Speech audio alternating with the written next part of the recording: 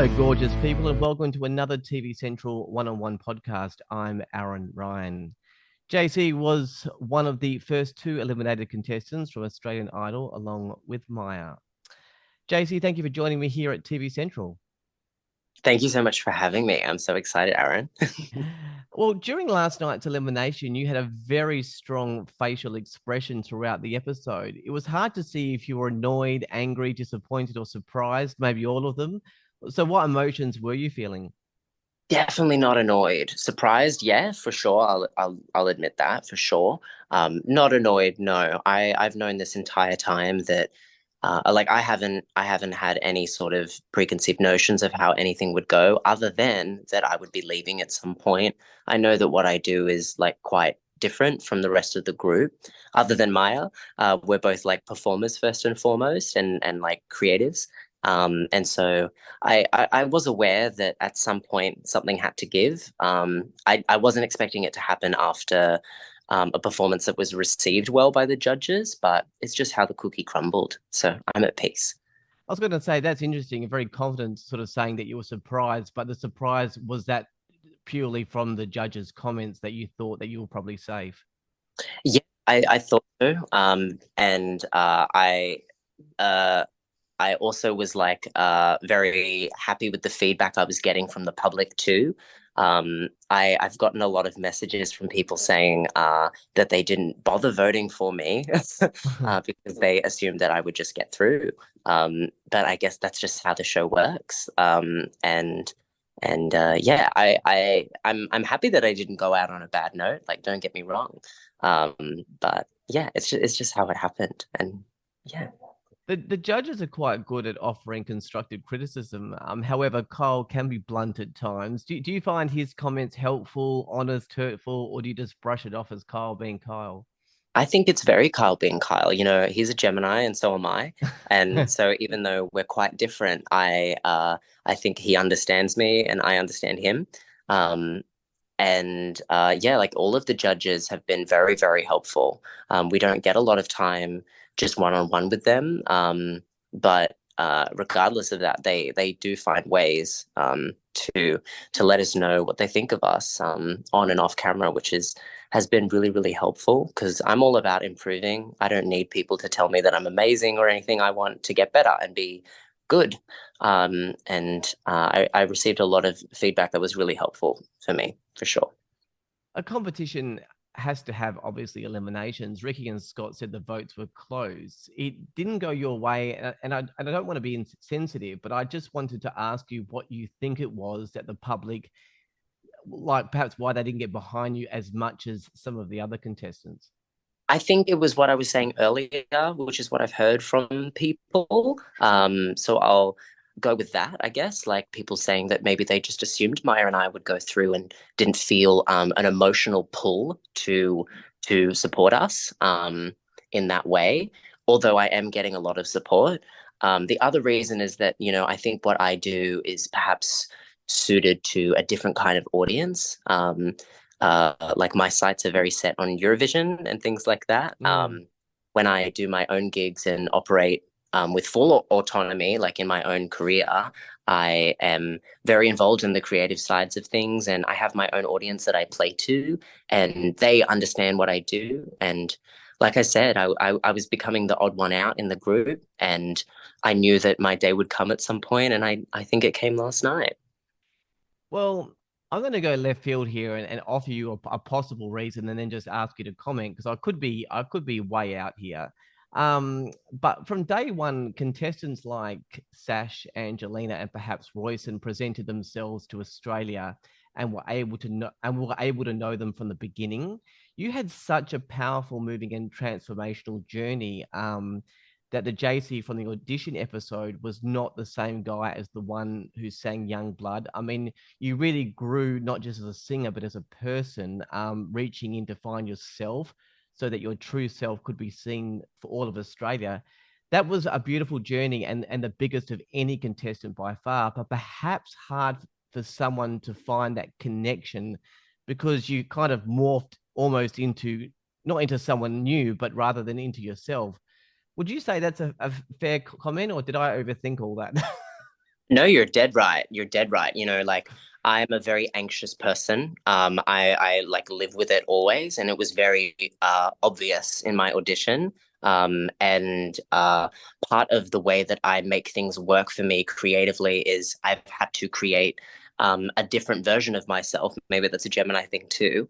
Um, so I can not be frightened to perform in front of people. And in some ways, people really love that. And like that it's character based and stuff. And in some ways, it could be maybe confusing. And either way, I'm happy that I did what I needed to do and what I felt I needed to do on the show. And honestly, I would have been happy with just doing "Does Your Mother Know" by ABBA, because that's how I perform at gigs. That's like who I am. That's how I dress. Yeah, but I think you're totally right. I think everything you're saying is dead on. All right, taking the performing out for a moment, how was the Idol experience? There was obviously a gap in filming from the auditions to the first performance show. So there's so much to learn about television, about having a vocal coach, to learning about publicity, to even like interviews like this, cameras, stage presence. Was it a lot to take in? So this is the only thing I care about in the world is like what I'm going to wear on stage and what it's going to look like and stuff like that. And it's mostly only been me doing that on my own. So working with the teams behind the scenes has been a dream come true for real. I will say that the environment itself is not me at all. I like I said, I'm an anxious person. I don't thrive in competitive environments, although I am competitive with myself very much, and I want to do very, very well. There's something about I don't think that you can compare talent, and I felt I was clearly in a situation where that was taking place, and in some ways, I feel relieved to not be a part of comparisons or competition. For Yeah. me, it's about like creative expression. That's the most important thing to me. There seems to be so much pressure on song choice. Don't sing too close to the original artist. Don't stray too far away. Slow it down is good, but slowing it down too much doesn't give you range. Changing the song almost completely can be admired or can be a mistake. What is a perfect song choice on Australian Idol? I think a perfect song choice is it could be two different things. The first one is a song that is very similar to something that you do, and you've found a way to make it even more so in your vein. So with Grace Kelly, for example, that I did last week, I reproduced the beginning of the song and gave it different beats so I could dance in it. Because I knew if it was dun dun dun dun dun like the normal beginning, it would seem like I was doing a karaoke version of Mika's song, which is not something I want to do because I know how similar we are, or how close I try to be to what he does.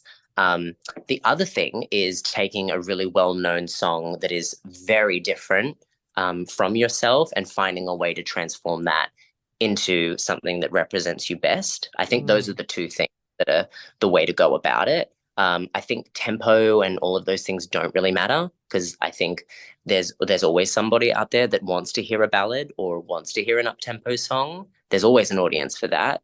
And sometimes that just comes down to what the judges like, or what the people at home like. And they're entitled to move towards what they prefer. One thing I think the show tried to do is have a top 12 of diversity. Out of, say, the top 50, do you think the top 12 were actually the best 12 artists? I know that might be I a think hard question. I think that there are people in the top 12 who I've known the entire time will be at the end, and I think should be. But I think it would be like you saw my audition. I think that they saw something in me and let me go through.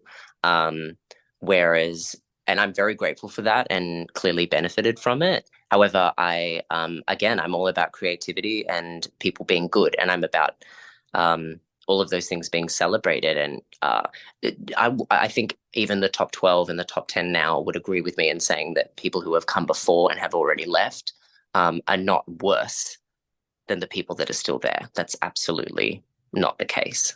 There's been amazing people from day dot, and there's still amazing people there now. And it would be impossible to compare everyone. Absolutely. In Yeah. your bio, it says you grew up listening to everything from Tom Jones to Snoop Dogg and Freddie Mercury to Billy Joel. That's definitely a wide range. What kind of sound would you like to create moving forward?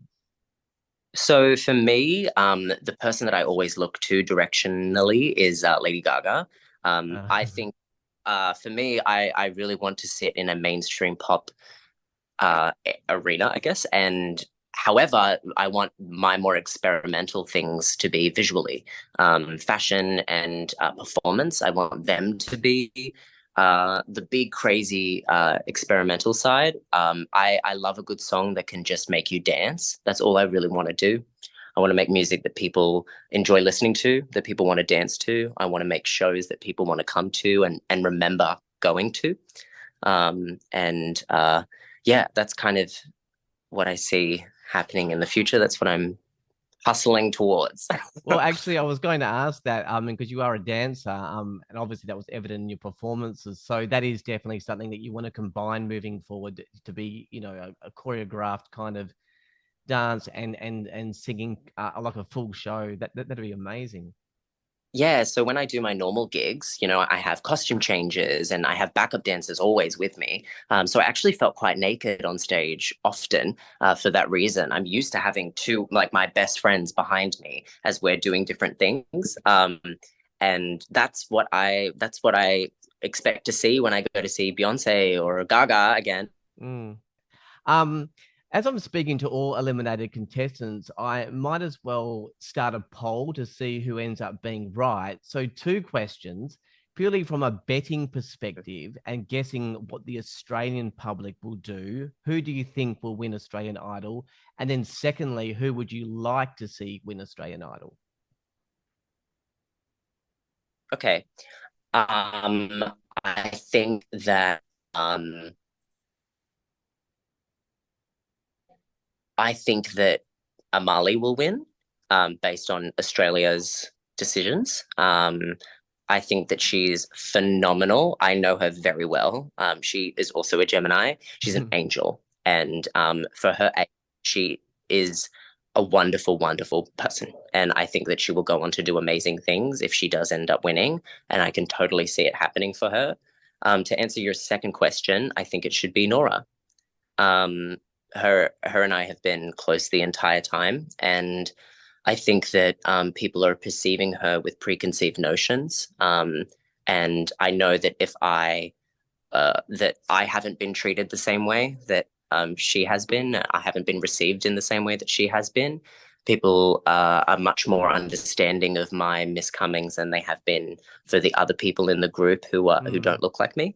Um, and I think we have some work to do in a lot of areas as a country. And I think that Nora would be a very good example of how far we are willing to go, like in terms of change, because she's unbelievably talented and a very, very good person. And I want the best for her. Wow, what beautiful words. Wow. Before you go, I'm sure you will have heaps of new fans. Where can they find you on Instagram? They can find me on jasey.fox, and also on Jasey Fox on TikTok and on YouTube. I'm ready to like get pedal to the metal with TikTok. I kind of missed the boat generationally because I'm 26, but like the 15-year-olds in the group, they know how to use TikTok. So that's kind of the next thing I want to do. And yeah, I'm trying to manifest Eurovision at the moment. So hopefully something that pops up at sometime soon. But yeah, at the moment, social media wise, JC Fox. There you go. And I was just giving that a plug because I'm already following you. So I already knew the Instagram address. And Spotify as well. I should say that, I guess. Yeah, my music. Oh, yeah, of Yeah. course. Absolutely. Um, Look, you gave us a whole experience, JC, a full journey of transformation, finding yourself, a great look, choreography, and great performances. And we will see you at Eurovision. Thank you for joining me today. Thank you so much. Thank you. Have a good day. I will. Jasey Fox, their Australian Idol performances Sundays at 7 p.m. on 7 and 7 Plus, and live eliminations Mondays at 7:30 p.m. TV Central will be talking to both eliminated contestants each Tuesday morning, and look out for more podcasts next week. That's it for this podcast. For all the latest news, podcasts, streaming info, guides, and ratings, head to tvcentral.com.au. Until next time, I'm Aaron Ryan. Thanks to Jasey Fox. Bye for now.